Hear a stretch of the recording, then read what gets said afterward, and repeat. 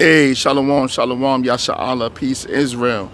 First and foremost, I want to start off by giving all praises, honor, and glory to Yahweh, Bahashem, Yahushua, Waha, Rakak, Kwadash.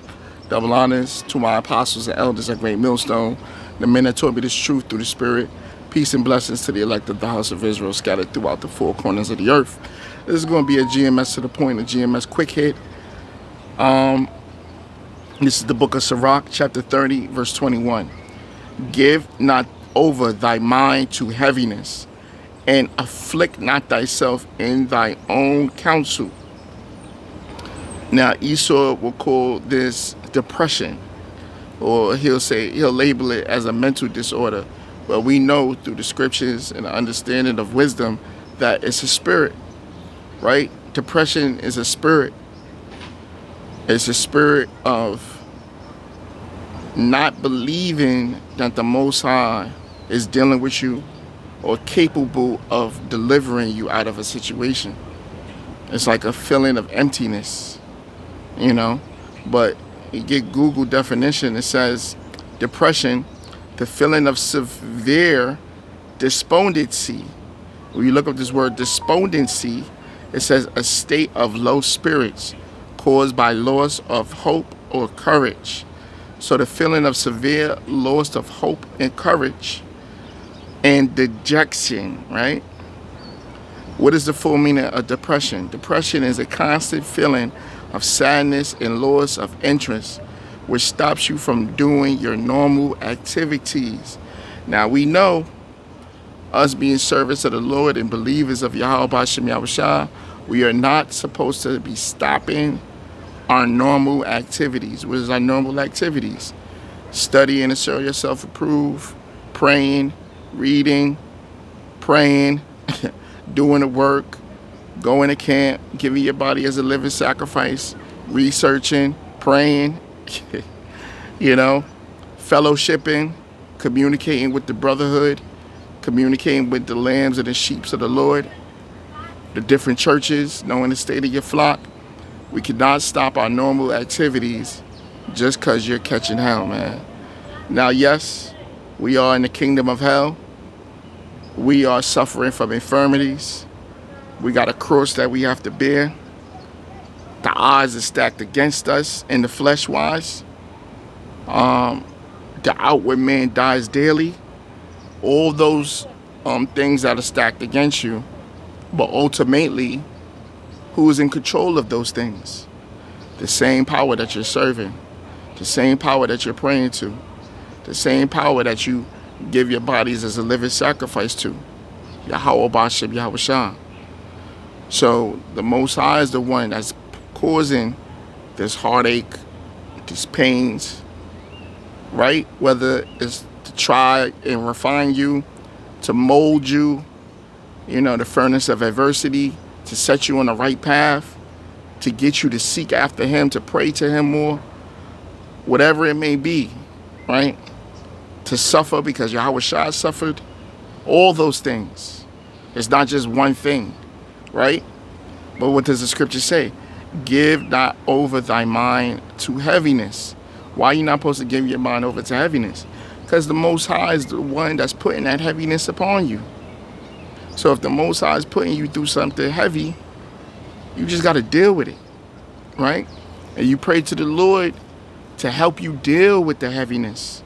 You pray to the Lord that you overcome the heaviness, right? It says, and it says, give not over thy mind to heaviness, and afflict not thyself in thy own counsel. Your mind, man. When your mind is racing, there's 1,000 thoughts that you're thinking. There's a voice inside of your head, but it's not you. It sounds like you. It's inside your mind, but it's not you, right? It says the gladness of the heart is the life of man, and the joyfulness of man prolongeth his days. Now, you know, we got a saying in Great Millstone, you know, people be like, why don't you smile? Or what's wrong with you? Why are you always looking grumpy or angry? Or they might call you the Grinch, you know?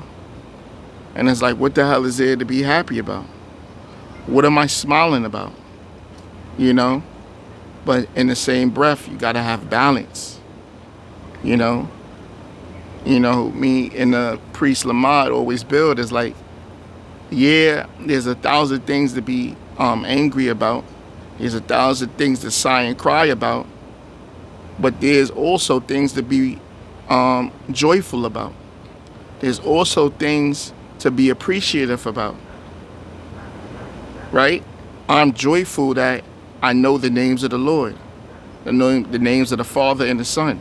I'm joyful that I understand the scriptures. I'm joyful that the Lord gives me the spirit to do these lessons. I'm joyful when a brother calls me up. A brother texts me. A brother check up on me. I check up on a brother. I call a brother. I pray for a brother. Those are things that brings me joy. Doing his work brings me joy. So yes, there's a million things to be angry about, but on the flip side of the coin, there's a million things to be joyful about. It's all about your perspective, right? It's all about your perspective. So it says, love thy own soul and comfort thy heart, meaning your mind. Remove sorrow far from thee, for sorrow hath killed many, and there is no profit therein.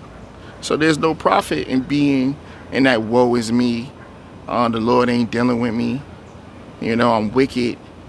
There's no profit in that spirit, man.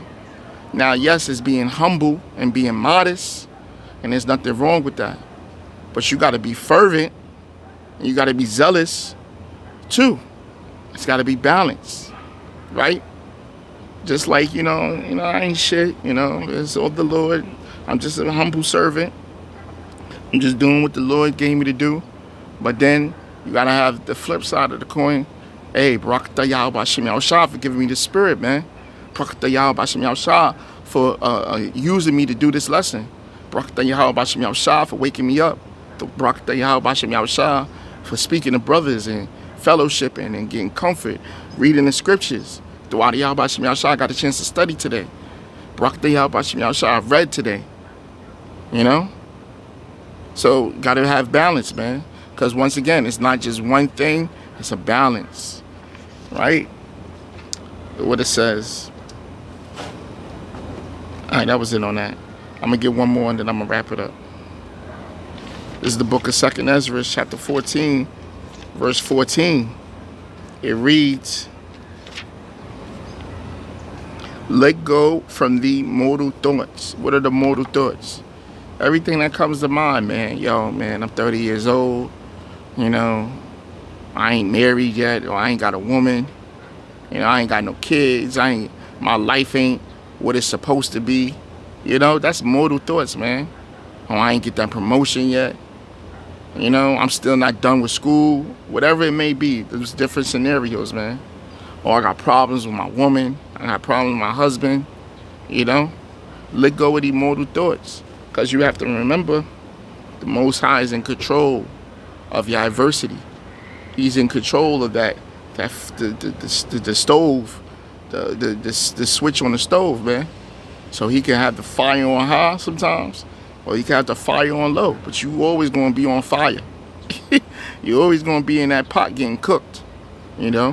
Sometimes the fire be low, sometimes the fire be on high. Whatever the Most High need to get you right. But the mortal thoughts is all the concerns and the worries about this world, man.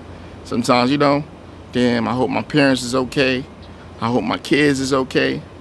And that's natural. It's a natural feeling, and it's a natural affection, which is nothing wrong with caring for your parents or caring for your kids or your loved ones. But in the same breath, they're in the hands of the Lord like you're in the hands of the Lord. So don't worry about those things. So it says, let go from thee mortal thoughts. Cast away the burdens of man. Put off now that weak nature. Put off that corruptible nature, man. Worried about this, worried about that, concerned about this, concerned about that. Do you not trust in the Lord? Is not the Lord the author of our lives? So what you concerned about? If you believe upon the highest of high, Yahweh, right? You believe upon his son Yahweh Shah.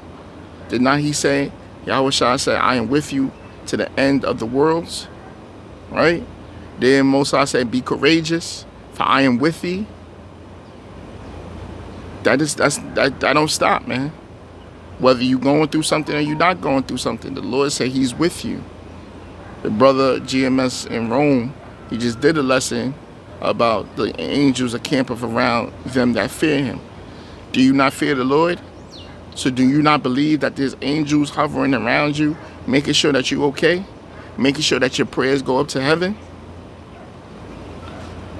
So it says, and set aside the thoughts that are most heavy onto thee, and haste thee to flee from these times. That's what we're supposed to be doing.